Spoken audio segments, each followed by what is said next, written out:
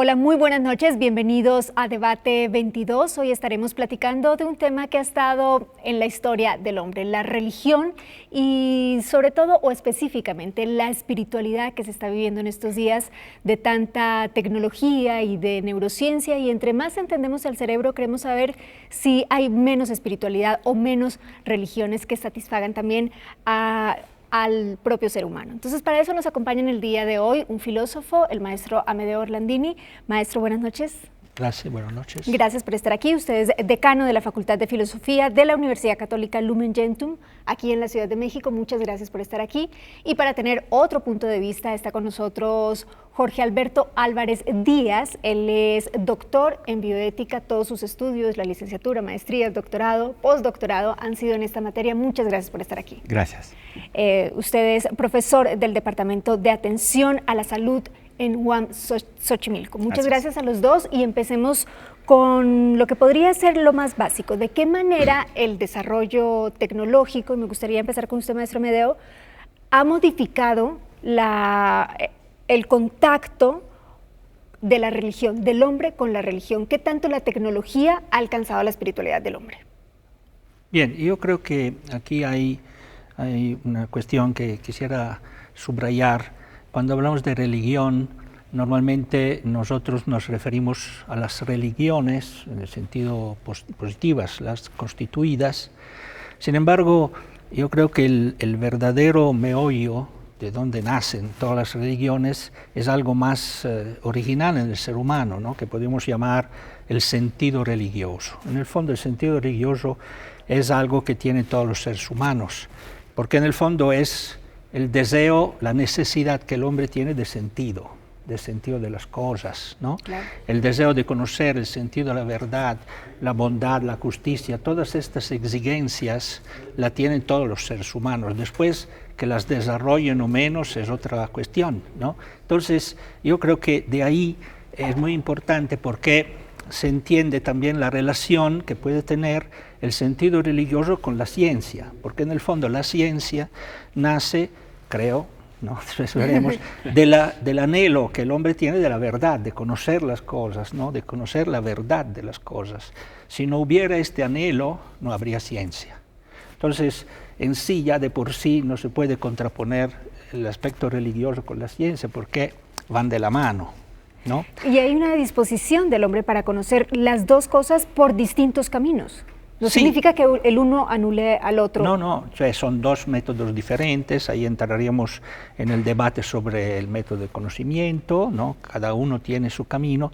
Sin embargo, hay este aspecto común, y el otro aspecto común es que el sentido religioso para despertarse necesita del contacto con la realidad. Y creo que también esto es algo común para la ciencia, porque sin el contacto con la realidad, sin la observación, muchas veces el racionalismo o una racionalidad demasiado abstracta, como se decía, produce monstruos, ¿no? Un premio Nobel, Carrel, de la medicina, decía que mucho razonamiento y poca observación conducen al error. Mucha observación y poco razonamiento conducen a la verdad. Entonces esto me parece, bueno, de entrada. Claro, de entrada, y con base en esto que está diciendo Amedeo Orlandini, doctor Jorge Alberto, quisimos invitarlo a usted particularmente porque hemos leído varias entrevistas con neurocientíficos o con gente dedicada al estudio de la ciencia a través de la razón, que dicen todo está en el cerebro. Ya vamos a llegar a ese punto, pero por lo pronto, y partiendo nuevamente de lo que decía el maestro, han surgido nuevos campos, y eso es innegable y eso es inevitable también, porque cada vez vamos evolucionando más en el estudio. Neurociencias, neuroteología, neurofilosofía, y la pregunta primero sería si esto ha explicado o no mejor al hombre. Pues desde tiempo antiguo es importante, desde Sócrates, conocerse a sí mismo. Conocernos a nosotros mismos es una cosa positiva, nos da datos, Probablemente las limitaciones, las ventajas o las ventajas sean cómo interpretemos aquellos datos que vamos conociendo de nosotros mismos. Ligándolo un poquito con la pregunta anterior de la tecnología, es cierto que tenemos ahora nuevas herramientas tecnológicas, por ejemplo, con las neurociencias. La resonancia magnética funcional es un tipo de estudio en donde se puede poner a un sujeto de investigación para que tenga una determinada actividad y por medio de imágenes del encéfalo cuando está trabajando en relación a esa actividad se pueden obtener conclusiones. Luego habrá que ver cuál es el punto de partida para analizar aquella información y cuál es el marco teórico para analizar aquella información, porque en el campo de la religión, en el campo de la teología, se puede partir de una persona que crea en un ser superior o no, y de otra persona que crea que no se puede conocer ese ser superior, y de otra persona que definitivamente diga que no existe tal ser superior. Entonces, hay diferentes formas de aproximarse, y por eso creo que a pesar de tener muchos formas de aproximarnos a la realidad, las interpretaciones no las vamos a encontrar de modo unívoco, no va a ser del mismo sentido lo que podamos encontrar. Y hay distintas interpretaciones respecto a la pregunta de cómo explica la neurociencia la relación del hombre con la religión, ¿también? También. Es muy interesante porque creo que se refieren a estos puntos de partida. Específicamente con este campo de la neuroteología o de la neuroreligiosidad, pues un supuesto ha sido de que si el encéfalo, el sistema nervioso, es quien nos permite la vida de relación con el entorno, pues ahí podemos investigar, por ejemplo, por qué hablamos y cómo nos movemos y cómo sentimos, y eso más o menos hay cierto consenso en que tenemos unas ciertas bases encefálicas para poder hacerlo. Luego otras actividades consideradas como propiamente humanas, la estética, cuando yo digo que algo es bello es porque está ahí lo bello o está en mí de alguna manera, que ha sido una cuestión filosófica interesantísima a lo largo de la historia, y que ahora pues hay posiciones que dicen pues efectivamente todo lo que hemos visto fuera no está allá, sino que lo tenemos dentro en el sistema nervioso. Ahí está ya qué es lo bello, qué es lo bueno, qué es lo correcto, qué es lo justo, y entonces ha habido una interpretación de que la actividad encefálica es la que nos permite conocer pues actividades que tradicionalmente había tenido la filosofía, las ciencias sociales. Jorge Alberto, pero eso nos lleva a una siguiente pregunta y es un cuestionamiento de si lográramos entender completamente el cerebro humano, ¿necesitaríamos la religión? Bueno, en primer lugar, creo, no creo equivocarme, esto falta mucho tiempo porque el cerebro humano es un misterio, digámoslo así, es algo extremadamente complejo. De todas maneras, creo que era Bergson que decía que incluso si tuviéramos la capacidad de conocer todo el cerebro, no conoceríamos nada de la conciencia. Es decir, hay un nivel en el ser humano, ¿no?, que no coincide con el cerebro, con el aspecto fisiológico, ¿no? Es decir, que ciertamente necesita de eso, ¿no?, que incluso que interactúa, ¿no? El doctor me ayudará. Es decir, asistí a una conferencia en donde se decía que, por ejemplo, hablaba de la neurociencia y la oración, ¿no?, cómo a través del ejercicio de la oración el cerebro se va conformando, ¿no?, se va de alguna manera educando. Entonces, si hay esta educación, es más fácil la contemplación, el silencio. Sin eso no es fácil. Claro. Si la mayoría de la gente está acostumbrada al ruido, a la distracción, le cuesta mucho trabajo recogerse en sí mismo, además la oración. Entonces hay ciertamente una interconexión entre un nivel que es un nivel profundo, ¿no?, del ser humano y todo el aspecto del cerebro y de todo lo demás, ¿no? Pero el aspecto del cerebro no puede explicar todo. El aspecto del cerebro no puede explicar la ciencia no puede explicar todo el cerebro y el cerebro no puede explicar todo lo que pasa en la vida del hombre. Sí. Nos interesa escuchar también el punto de vista suyo, Jorge Alberto Álvarez Díaz. Lo escuchamos y lo atendemos después de que regresemos de un corte en unos minutos. Bien.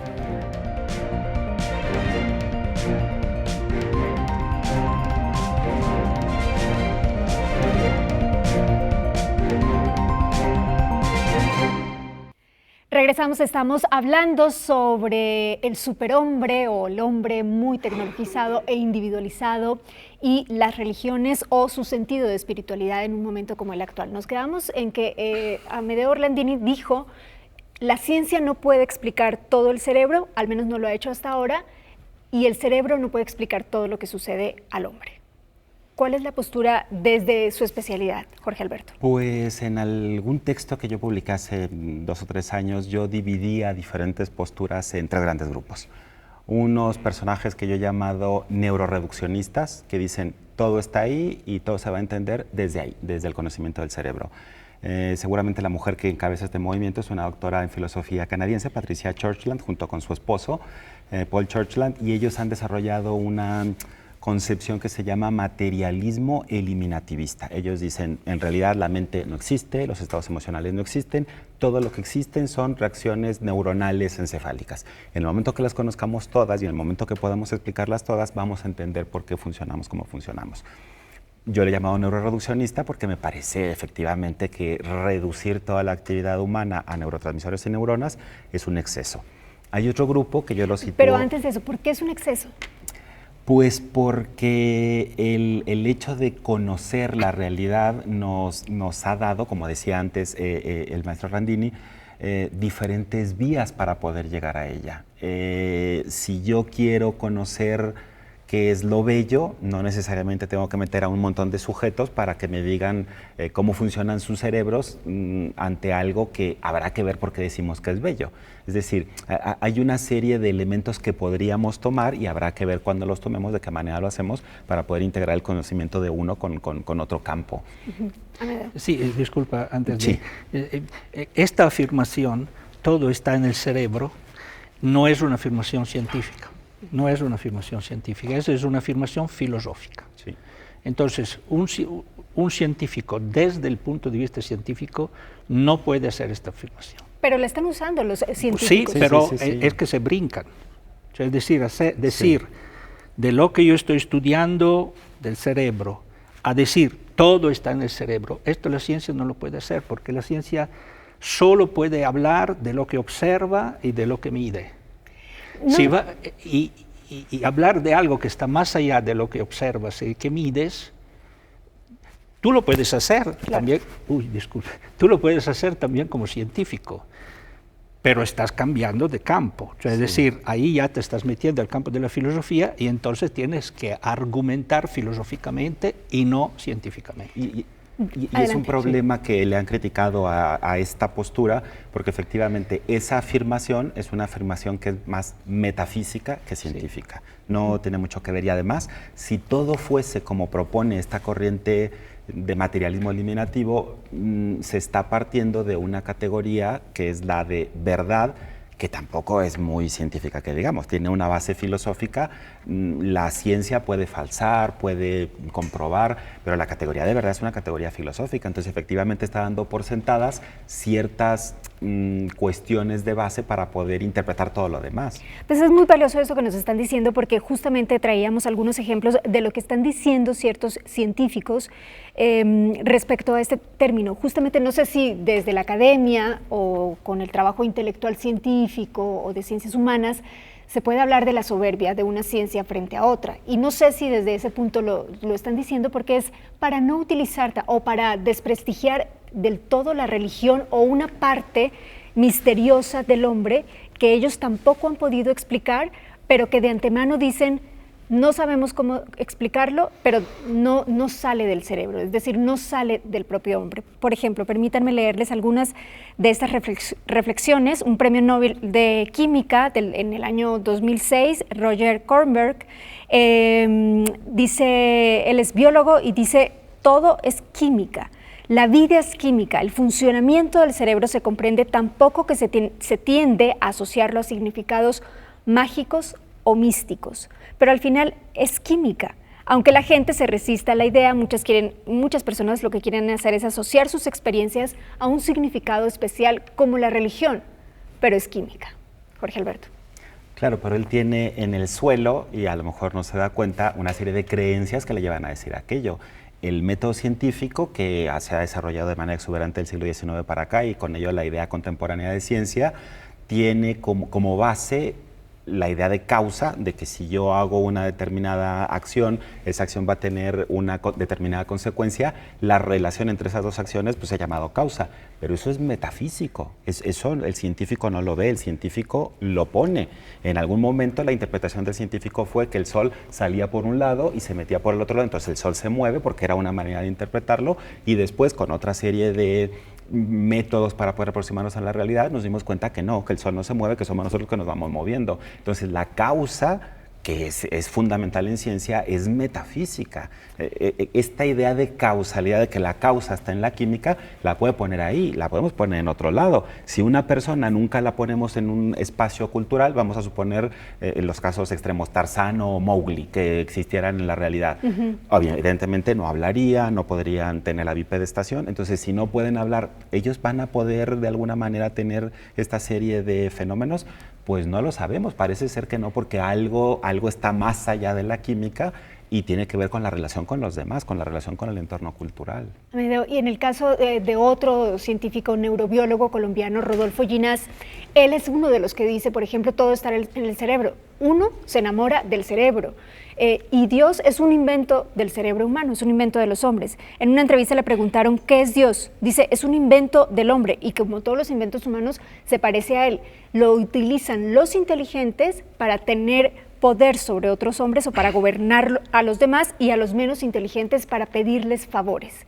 A lo que voy con esto, me gustaría una reacción de su parte, pero a lo que voy con estos ejemplos es que cada vez esto lo encontramos más en los medios de comunicación, en la televisión, en las entrevistas. Está ahí la idea de que no necesitamos un Dios ni religión y que no somos eso. Habría que preguntarse por qué el hombre necesita crear a Dios. Es decir, ¿por qué no contenta de lo que ya sabe y lo que ya ve? Sin embargo, tiene, y repito al inicio, tiene estas exigencias que son trascendentes, que lo empujan a ir siempre más allá. Es decir, dice, el hombre crea a Dios, ¿no? Desde Feuerbach, etc., ¿no? No es Dios que crea al hombre, sino es el hombre que crea a Dios. La pregunta es, ¿por qué el hombre crea a Dios? ¿De dónde nace esta exigencia? Quiere decir que en el hombre hay algo que va más allá de su cerebro, de su medida, que trasciende. Porque si el hombre no tuviera eso, pues no se pondría el problema.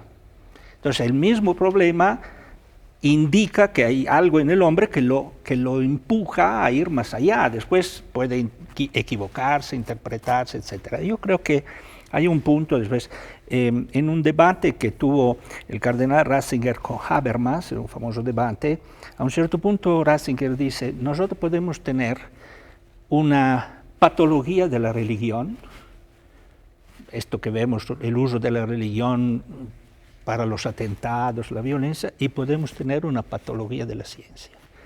Y las dos es cuando no se someten a una crítica adecuada de la razón. Es decir, es esto. Entonces, ¿cómo puede haber una religión que se absolutiza tanto, que se vuelve fanatismo? Puede haber también una ciencia que se absolutiza tanto, que se vuelve fanatismo, y que entonces te impide ver más allá de ella. Con esto nos quedamos. Regresando de una pausa, nos gustaría que nos explicaran también por qué hay tantas religiones y qué significa o qué está diciendo eso del hombre, el hecho de que haya tantas cosas en las cuales creer. Ya volvemos.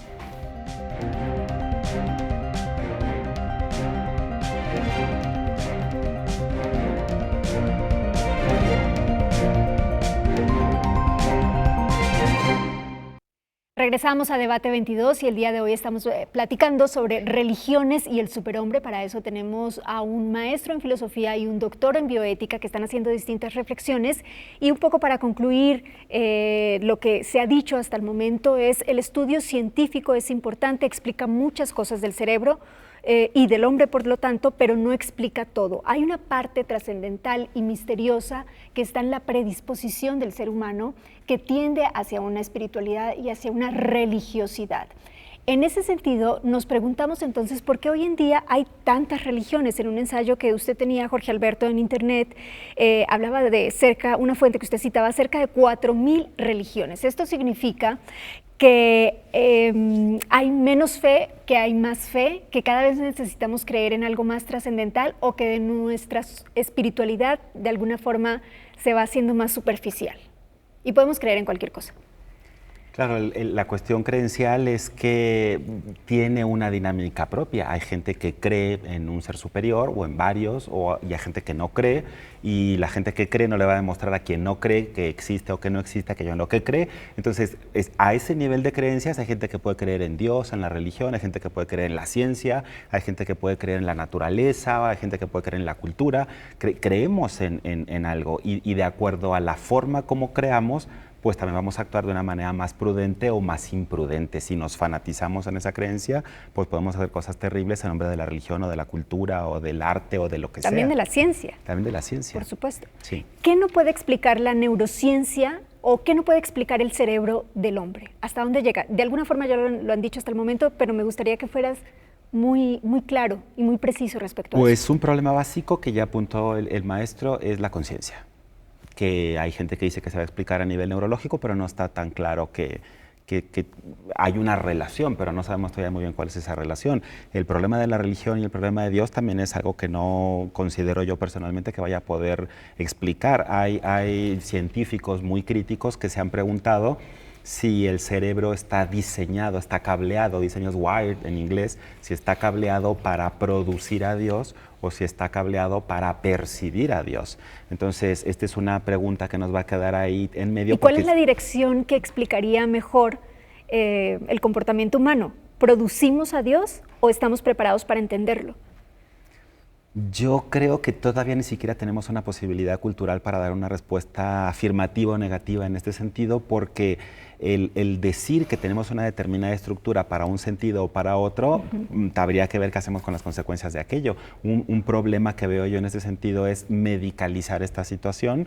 Yo soy médico de origen, entonces si este es el que tiene el cerebro bien y hace esto, pues este lo tiene mal porque no lo hace. Creer o no creer. Entonces creo que estamos todavía en pañales para poder dar una respuesta categórica en este sentido. Amedeo Orlandini, ¿usted aceptaría o le parece lógico y correcto pensar que de todas formas la religión sí está respondiendo a ciertos temores del hombre, por ejemplo, el temor de la finitud, el temor de la muerte, de ya no existir, y nos consolamos de alguna manera pensando que hay otra vida?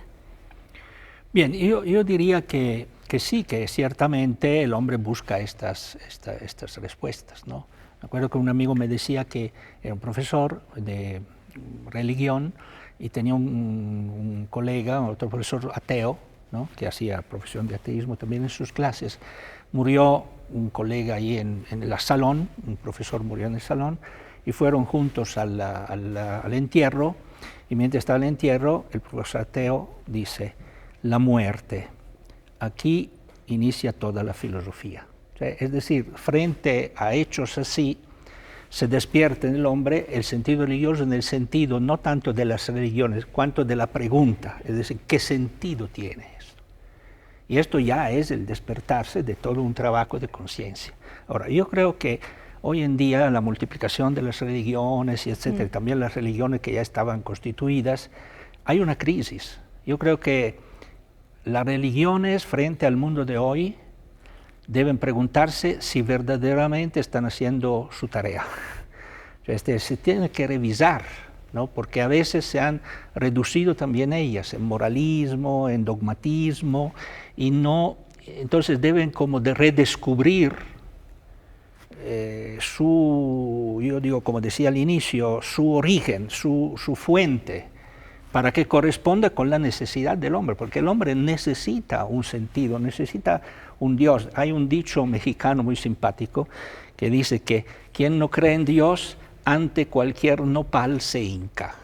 Es decir, bueno, se hinca entre 4,000 nopales. Sí, por eso el hombre necesita un nopal, necesita, no sé, será el poder, el placer, el dinero, la ciencia, necesita un punto de referencia, porque esto es estructural en el ser humano, ¿no? Entonces, el punto es cómo las religiones o las experiencias religiosas responden a estas exigencias sin reducirla, porque muchas veces las religiones la reducen a moralismo, insisto, a dogmatismo, ¿no?